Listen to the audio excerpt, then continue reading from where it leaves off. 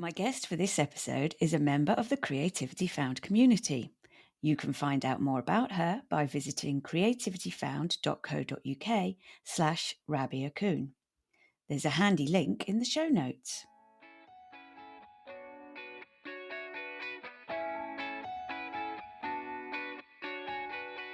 Both of us, I think, have podcasts that have a purpose. Like, this is really a way of serving for me, right? And to encourage people to pursue things. I think your podcast does a very similar thing in a different way.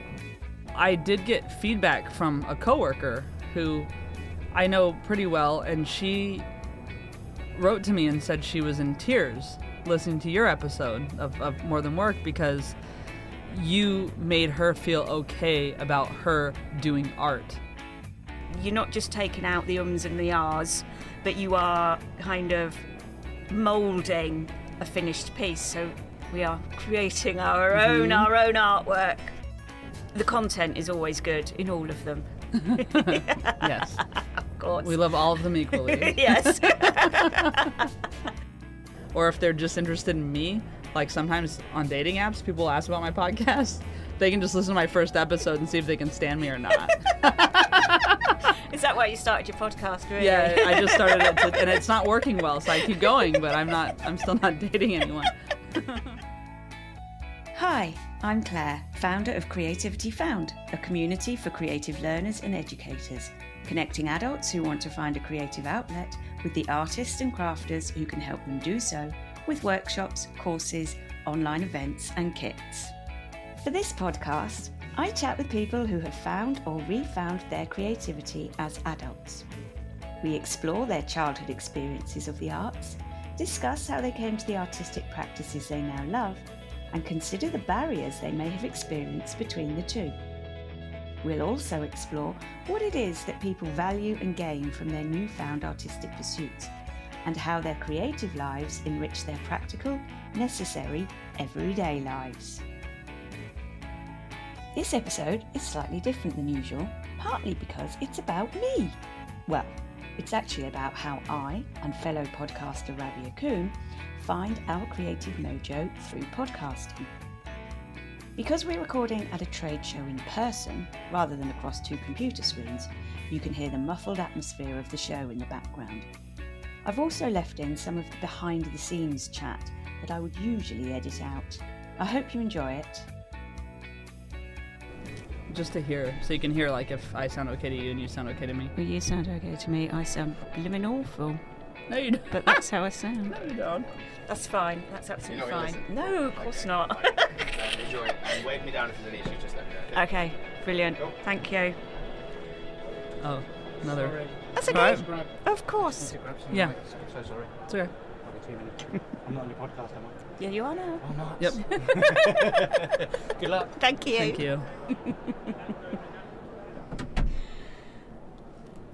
Yeah, right. I'll do the proper intro, Right. and then we'll get going. Yeah. So, I'm here with Rabiah, but before we start, it's May 25th, 2022, and I'm not recording from my home, but from the Business Design Centre in Islington, London, at the Podcast Show 2022. And Rabiah and I are in the studio of exhibitors Shure, who champion studio quality sound for all with their range of microphones and headphones, suited perfectly to podcasting. They didn't pay me for that. That's me just being kind. So, yeah, my guest is Rabiah Coon, who is a fellow podcaster and Creativity Found guest, who previously talked with me about her brave challenge to herself to try stand-up comedy before she was 40. She got in there just in time and has continued to perform stand-up. Hi, Rabiah, how are you? Good, Claire. How are you? I'm very well, thank you. It's so nice that we're in the same room. We're usually on a split screen when we talk to each other. Exactly, we are, aren't we? So not only are we in the same room, but we're in this really cute little shed with lots of insulation and fancy stuff in it. Yeah, all the sound paneling. Yeah, we're pretending to be real podcasters now. So I thought today, because of where we are, and this is an episode of Creativity Found podcast, that we could talk about how we both find creativity through our podcasting. And some of you know that I never had any intention of starting a podcast until I kind of accidentally came up with an idea for a topic that I thought people might find interesting. And growing and developing that has been one big creative process. But also on a smaller scale, each individual episode is its own little production or artwork, so to speak. Tell me how you started the More Than Work pod, and if you feel creatively inspired or fulfilled by doing so, and which bits of that make you happiest? Yeah, sure. So, I mean, first of all, I started a podcast actually in the mid-2000s that was an interview podcast, so like More Than Work in that way, but it was all musicians and that kind of thing, and we just didn't see what was coming with podcasting. So I was never a big fan of my voice, but I liked the journalist aspect of it and of interviewing people. And so during the pandemic, I wanted to do a podcast again, and I wanted to kind of share my voice. Even though I've never liked my actual speaking voice, I was fine with sharing it because I'd be featuring someone else. And I'm really service-minded and purpose-driven, and so when I came up with More Than Work, it was really just to talk through the mental anguish of going through a job that you were tired of and burnout and things like that. And now it's evolved into more maybe people not going through that, but really just finding ways to do work that expresses their values, or to do things outside of work that express their values. And for me, it's very creative because I get to talk to different people. I have to formulate different questions for them, learn about new topics, and also write all the show notes and everything, and that part's really creative. So do that too. Yeah, I don't like the writing, and it's not necessarily something that you'd instantly think you needed to do. Certainly not for the kind of podcast that we do, which is an interview podcast. You do have to write the questions, possibly. Some people don't. Some people go straight in and go off the cuff. I am a very organised person, and I really like to know what I'm getting into and to feel prepared. So I do have a pre-chat with my guest, and I write the questions beforehand. But that follows a bit of a formula. So that kind of thing is okay for me now. But you do often get to the end of editing and think, yay, I've finished my episode. And then you're like, oh no, I've got to write the show notes, and I've got to write social media posts. Yeah. And I can do that. I can do that well. I don't enjoy it. What do you think about that kind of thing? So absolutely. I mean, there's part of it's you're writing things that you just don't want to be doing. The social media I don't want to do, right? But I always wanted to be a writer. I kind of stopped myself dreaming in my 20s and just was like, well, I work in IT now, so I'm not a writer anymore. And so I work really hard on my communications to guests and writing those, and have a whole communication stream set up for that, which is my marketing side. And then I do now enjoy writing the show notes because I see the purposes to get more traffic to my website. But I do like that part of the creativity, and then also I like the editing too, and I didn't mention that before, but the editing is where I get to be creative in a totally different way and kind of shape the podcast. Yeah, I completely agree. As you know, I have edited books for quite a number of years, and it's more than just like correcting the grammar or correcting the spelling. There's more to editing books, especially the illustrated non-fiction books that I do. We have to look at the pictures, we have to look at what the usually artists and creatives who are writing, that what they're writing makes sense to people who may never have, tried that activity before. And it's the same with audio editing. You're not just taking out the ums and the ahs, but you are kind of moulding a finished piece. So we are creating our own artwork, Rabiah. Because when you look at a piece of art, a sculpture, a piece of jewellery, whatever, you see the finished article, but you don't see everything that went into that. So you may say, or somebody may say, oh, that artist is so talented, or oh, that singer is so talented.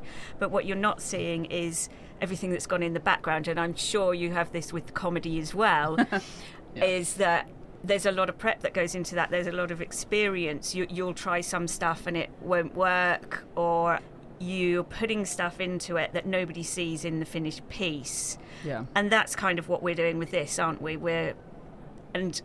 I could offend my guests now. Like, I take out the boring bits. Sorry, guests, none of you are boring. Honestly, there are never any boring bits. But, sometimes you think, actually, you kind of already said that, and this is going to feel a bit repetitive, and I want my listener to not... Rather, I want my listener to have the best possible experience and the best possible look at the guest.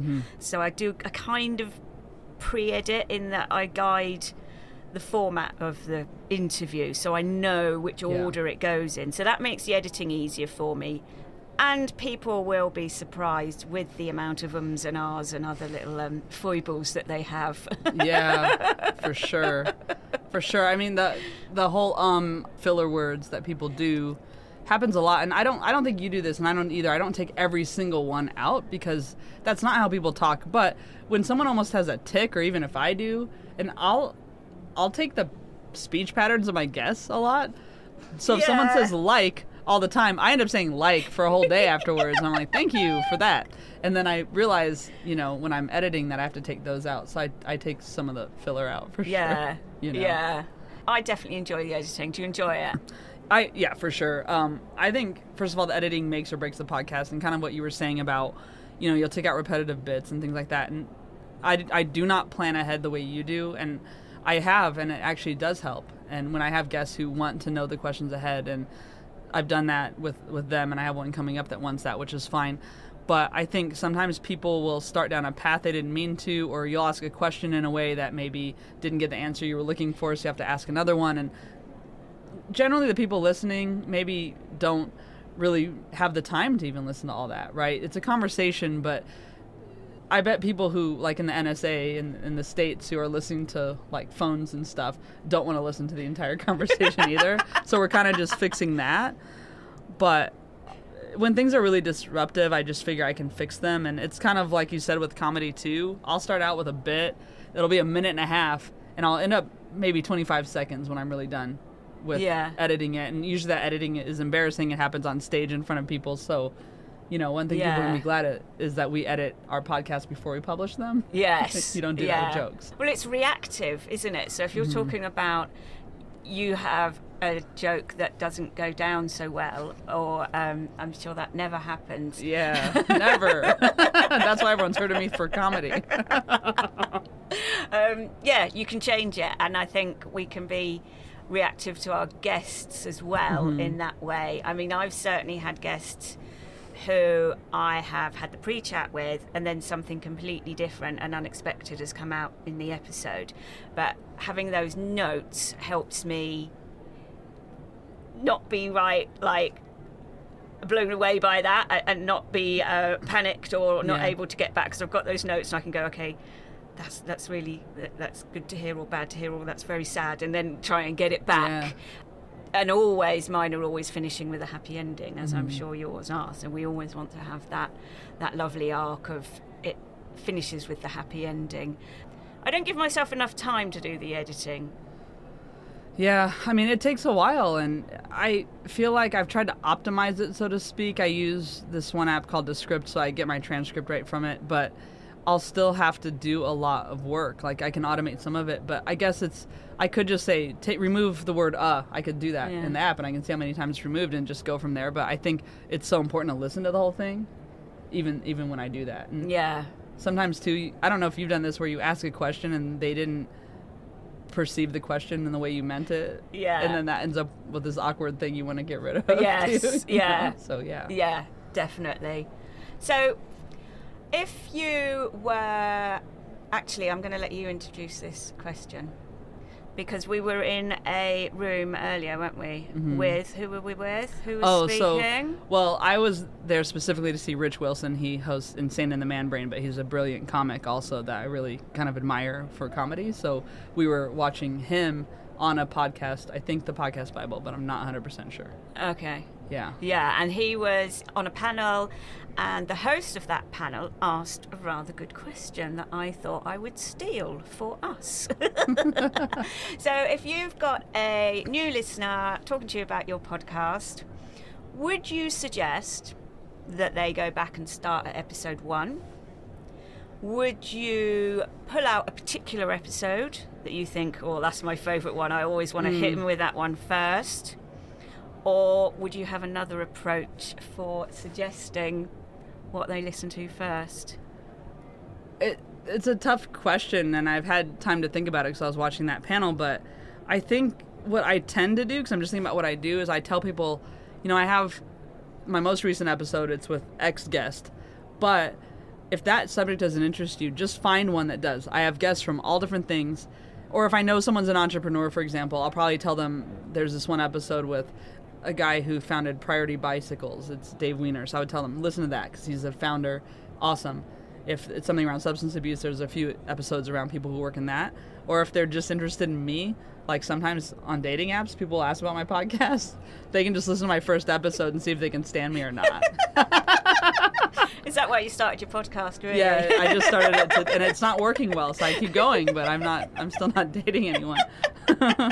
So what about, well, maybe that first episode's a killer, right? I don't know. Maybe. But what about you? What would you say to people? Yeah, I had a good think about this question as well, and I'm similar to you in that we have guests who have different experiences. So I might say to someone who's a poet, go and listen to this one, or I might say to someone who has maybe resonated with me of an experience, whether a traumatic experience or something in the past, I say you might find help from this episode, especially from that point of view of the happy ending, that it's always something that is worked through somehow.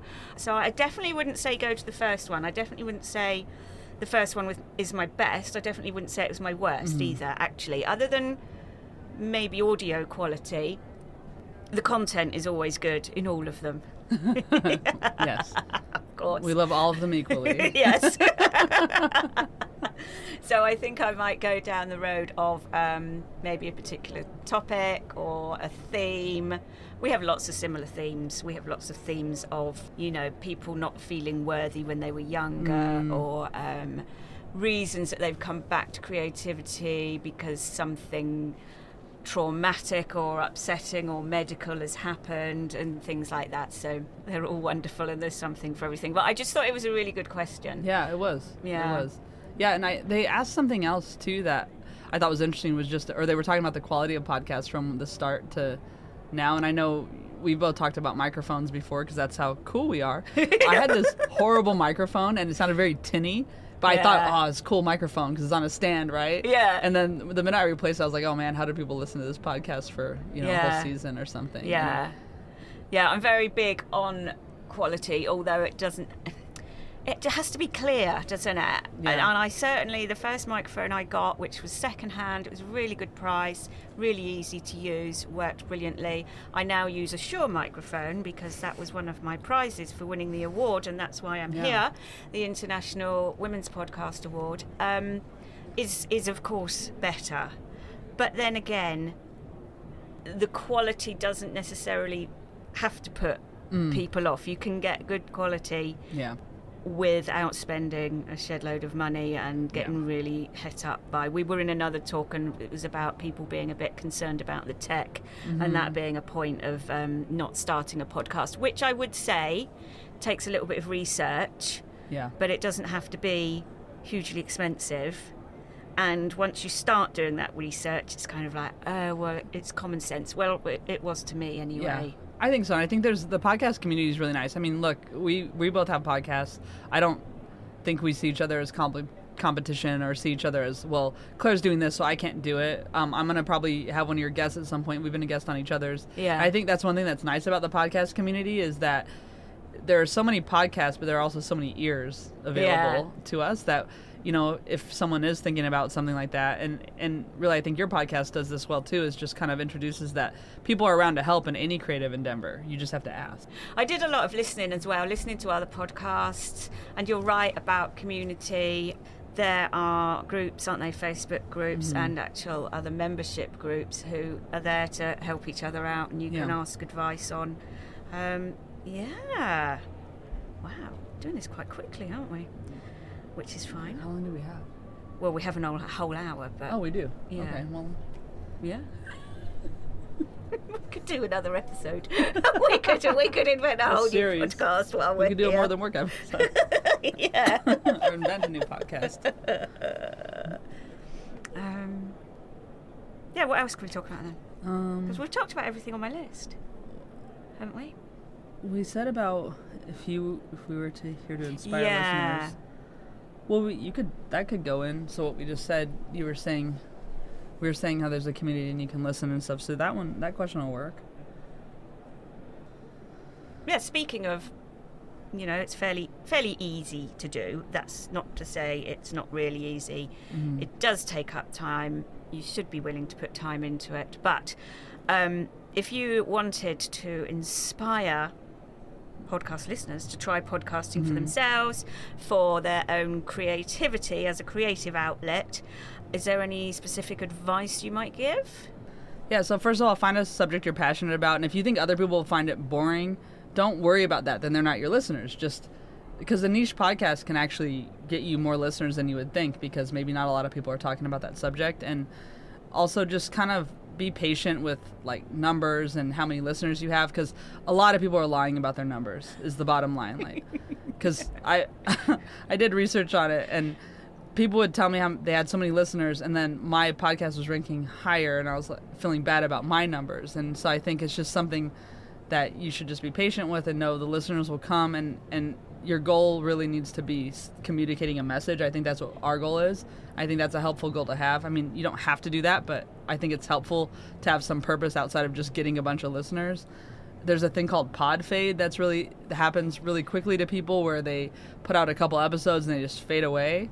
So try to think of your first 10 episodes or something and plan ahead so you know what you're going to be talking about. Otherwise, it's hard to put something out every week, and you don't have to put something out every week. So it's just kind of, I guess my advice, if it was going to be short, would just find something you're interested in talking about, find people to talk about it with, and just have a goal of just making the podcast, and don't make these other crazy goals that don't even make sense, and it'll be fine.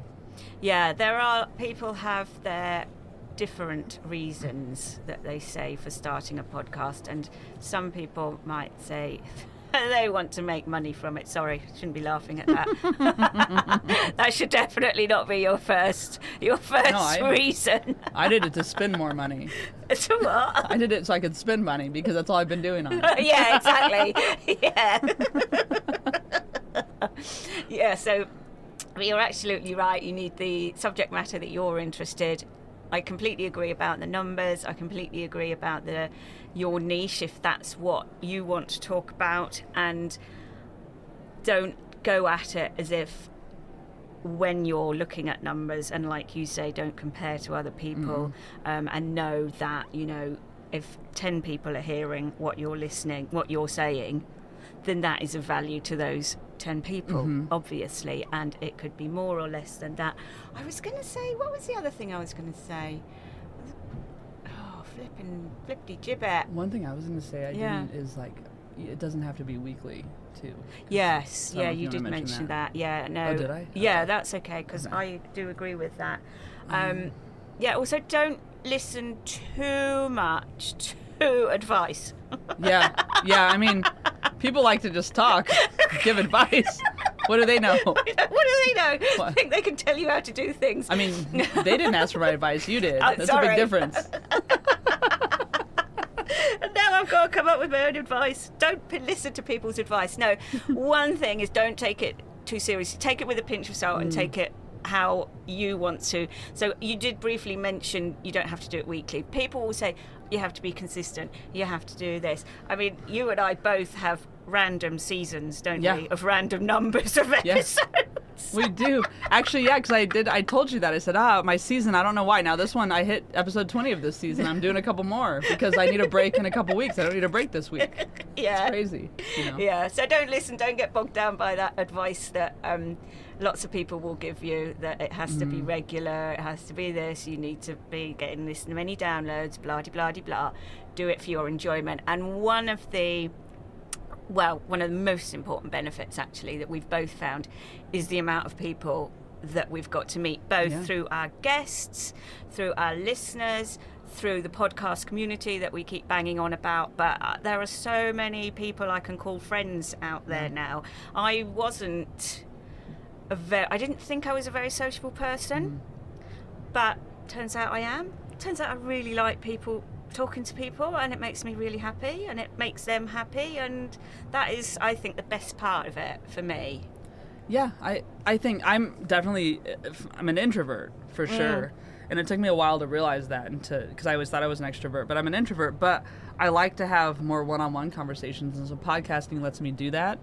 And also, you're right, just meeting different guests and hearing their stories, and kind of, it's changed my story a little bit. Yeah. You know, because I've been more open to things that I might not have been interested in, and also the whole sharing information. I mean, even doing this, it doesn't benefit you to keep it all to yourself, whatever it is. And I think podcasting is a way to do that, express your ideas, but also if you have a guest that you want to share their ideas too. But that's pretty fun. Yeah.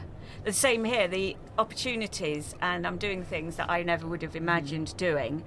Coming from, I think when I started this podcast, it was because I wasn't able to do open stage arts classes, and I wanted to try and keep the momentum of the Open Stage Arts website going. Yeah.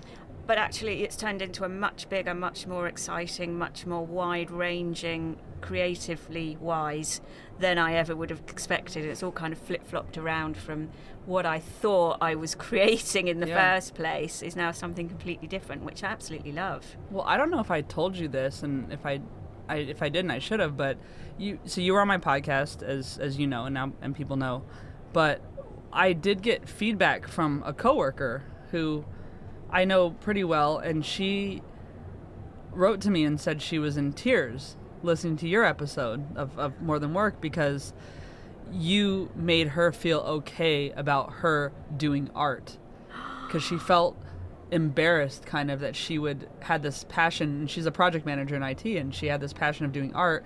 And in talking to you, and I think hearing your story and how you did dancing, and then you ended up eventually with Open Stage Arts, I think just hearing about you, and kind of it took the shame away for her, because she didn't feel like an imposter anymore. And so that was special. And I think to your point about if only 10 people hear it, you could impact them, but also to what you were saying just now too, I mean, it just, I don't know, it's just an opportunity really to share and to talk and do all that. So, oh, that's so lovely. Oh, I feel all emotional now. Oh, that's really good. That's really, really sweet. I'm so pleased.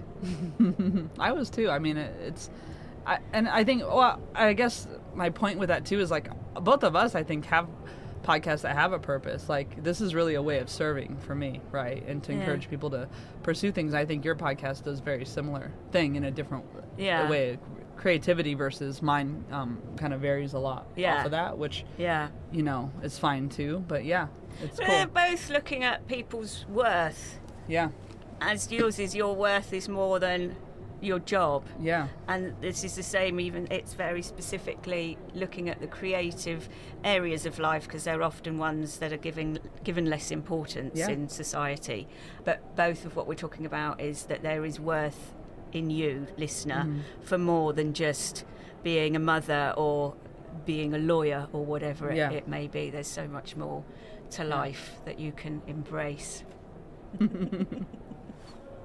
So, what should we do now? We can vaguely kind of... How long are your episodes anyway? They're about 35 minutes. So you're probably... Yeah. So anything else? So what should we finish on? Or anything else before we finish? I don't think so. We've done pretty... We've done well, haven't we? It's because we're naturals. Yeah. We're good. I mean, at the front I messed up. I was like... And then you saw my face though, right? Well, I didn't with the editing. Oh, with the thing? I know editing, that. I was like... It proves the point though, because I had it written down. I knew that you'd mentioned that, and then I could go to that, annoyed. even though it was in a different order. But that's fine. That's all part of our... Okay. It's like improv. I was so annoyed. I was just like... But you were just like, it's okay. Because you saw my face, right? Where I did, yeah. Oh dear, that's absolutely brilliant. Right, how are we going to finish? Okay. Didn't plan that, did I? I don't know what else. I mean, okay. You could ask what our favorite podcasts are if you want, or... Forget the podcast community. I'm not giving anybody else any adverts. No, totally.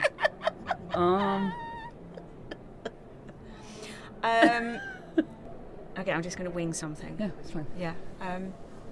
Well, that's been an absolutely thoroughly enjoyable chat, Rabiah. I'm so glad you came here with me today. So glad you agreed to be my guest on this special episode. And it's been really exciting to be here at the podcast show. It's the first one, and we've been mingling and listening to some people and meeting some other people. So the whole thing has been very exciting. And I think there's obviously a lot of buzz around the industry of podcasting, which is not necessarily what we're talking about. We're not talking about it from an industry point of view. We're more of a guest, a listener, a sharing point of view. But it's very exciting to have so many people here and it being a recognised thing. I mean, I don't know about you, because my family take the Michael out of my podcasting. Mine don't listen to my podcast. No, why should they? Why would they? My mom, I've asked her to, and she did listen to like a couple. One episode I had my sister on, so I was like, well, we're both there. Can you possibly listen to that one? But, you know, I've asked them to at least like it on whatever channel. Yeah. But it's nice to be in a place where you feel represented and you feel like you're in, I can't think of the right word, Rabiah. Can't say community again. We've said that a million times, haven't we? And part of something bigger? Oh, yeah. Part of something. That at least other people beside your family listen? Yes, yeah, which was actually, that was a big surprise to me that other people listened, even though I see the numbers. When I have some people say to me, oh, I listened, like people that aren't my friends, people that I don't know, I'm flabbergasted. Yeah. Yeah, so I thought it was just me listening on every app for a while. There are real people out there who really listen. So do tell us if you're listening. Generally, I could do the whole review, rate, review, all of that jazz. No, but do tell us, do get in contact with us if you've liked any of our episodes, just generally like what we do. I'm going to hand over to Rabiah to give you her handles, and then I'll give you mine, even though you should know mine already, and then we'll sign off. Yeah, sounds good. So my podcast is More Than Work, so you can go to morethanworkpod.com, and then I'm at More Than Work Pod on Twitter, Facebook, and Instagram, and then at Rabiah Comedy on TikTok, but that's where I put mostly my podcast because I don't really know how to make funny videos yet. So No, that's fair enough. You're doing it on stage in real life. There's a particularly good episode of More Than Work Pod. See, that's what we should have said when we said which one would you start with. I mean, obviously, for Creativity Found, I'd tell everybody to start with the Rabiah Coon episode. Oh, you're right. I was silly. I said start with, well, it's just the narcissism, isn't it? Start with the episode where I talk about myself. I should send even the dates to hear your episode. I might get a date. Yeah, if people want to hear a really good episode of my podcast, it's when I'm talking to Claire. Yeah, and if people want to listen to a really good episode of my podcast, it's when I'm talking to Rabiah. But not this one. It's the other. Oh, yeah, the other one. And there's another one that we're going to put on as well, because I'm going to put your More Than Work one on, and you're going to put my Creativity Found on. Yeah, we're going to feed drop. So you won't have to go anywhere, really. Yeah, if you can't get enough of the Rabiah and Claire show. So thank you very much for listening. This has been an absolute joy. It's been lovely to be here at the podcast show. It's been lovely to be in a proper studio. Thank you very much to Shure for giving us the opportunity. And I'm now going to wave at Technical Man to come and do the technical things and turn everything off. Thank you as well, Rabiah. Thank you. Thanks so much for listening to Creativity Found. If your podcast app has the facility, please leave a rating and review to help other people find us. On Instagram and Facebook, follow at Creativity Found Podcast, and on Pinterest, look for at Creativity Found. And finally, don't forget to check out creativityfound.co.uk, the website connecting adults who want to find a creative outlet with the artists and crafters who can help them tap into their creativity.